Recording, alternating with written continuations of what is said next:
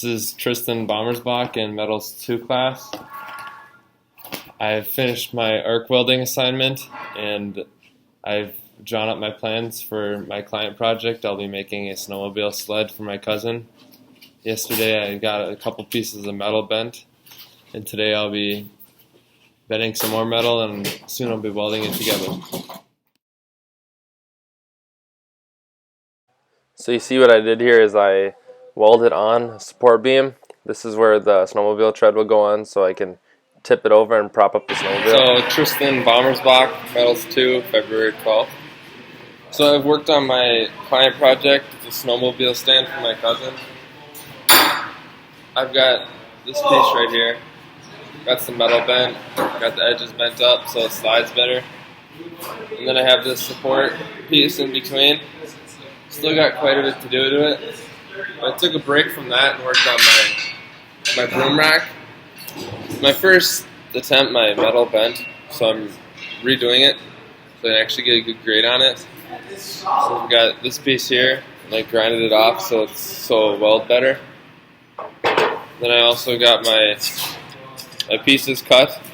Let's bend up these edges. I'm gonna weld it on here, and I'll turn it in to get the assignment done.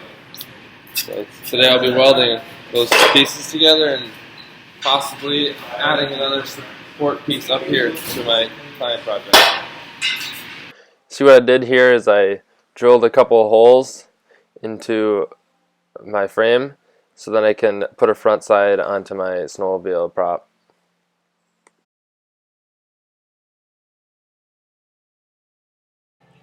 So this is my product after I added the front piece of sheet metal onto it. But I did make a mistake and I welded the frame thinking that I'd be able to weld the front piece on, but obviously can't weld sheet metal at that gauge. My next step was to cut two pieces of metal and weld them on to my frame for some more support. This is what it looked like after I got one of them on, but I still needed to add another. So it's February 26th. Yesterday I got this front side put onto my snowmobile rack, and now I did my measurement wrong for my handle, so I'm going to have to lengthen this either today or Monday so it'll fit on the top.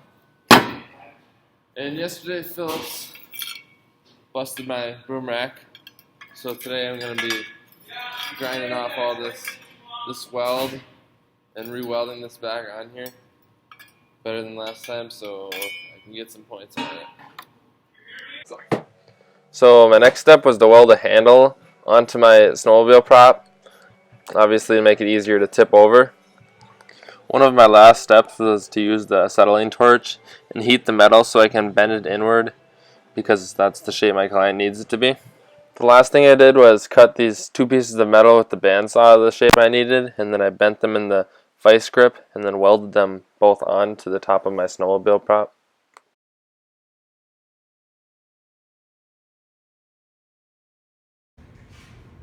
Go. Alright, so you back your snowmobile tread up to here, and then you prop it up like this to prop up your snowmobile. Overall, I'm pretty satisfied with my client project, my snowmobile prop. I think I should have used 3/4 inch square tubing instead of 1/2 inch tubing to make it more sturdy. And I worked pretty slow on that project, kind of fell behind in the class because of it. The bending of the metal kind of messed with me for a couple of days. My cousin hasn't used his snowmobile prop yet, but I'm pretty confident that it will solve his problem because I stuck to his plan that he gave me and not much failed. So it's Friday, March 11th. I finished my client project. It's all done. So the last couple days I've been working with the lathe, but I screwed up, so I had to start over. So I'm going to be finishing that up today. And my next design is kind of like a cubby for my room. I got my list, and I'm going to pick up the metal tomorrow so I can finish that up. And that's my plan for next week.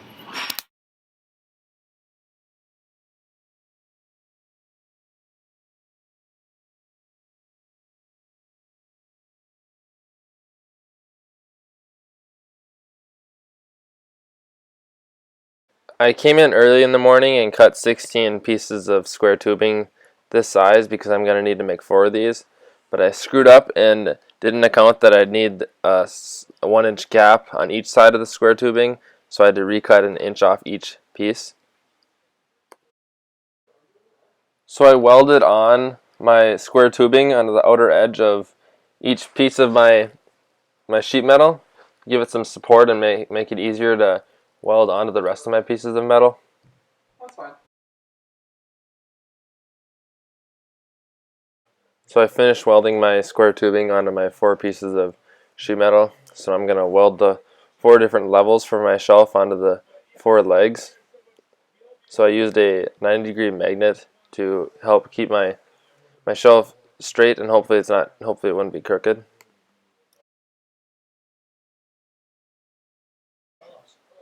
This is my shelf after I got 4 of the levels welded on. So the next step is just to add my last 2 legs to it and then grind down each weld like it is right here. One of my mistakes was I cut my square tubing a little bit short, so it didn't line up with one of my legs. In my second mistake, I didn't align my metal right when I set my 90-degree magnet, so in the end the top of my shelf wasn't straight. My last mistake, I set my voltage too high when I was setting up the settings on my welder, so I melted right through my sheet metal.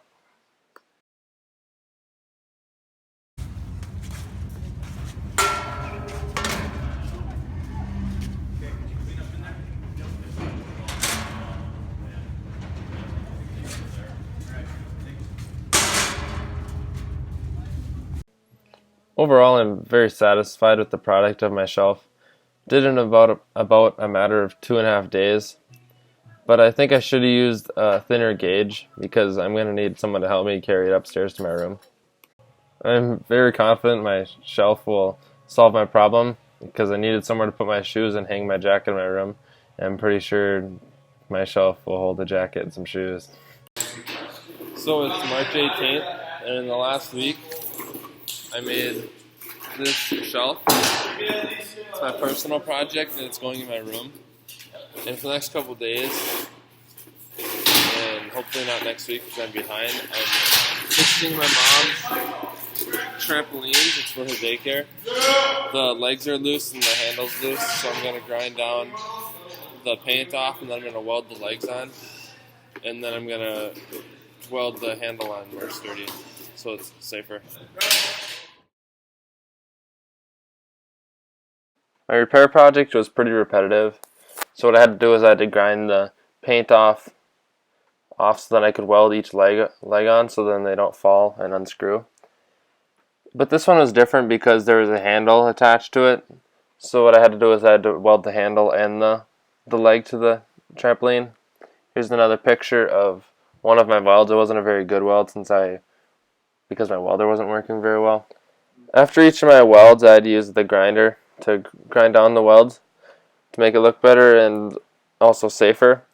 But these grinds aren't very good, so I went back and used the air-powered grinder to smooth them off. The mistake I made on this project was I didn't take off the cover for the trampoline because I simply couldn't get it off. But when I was welding, a few sparks and embers flew off and burnt a few holes in it.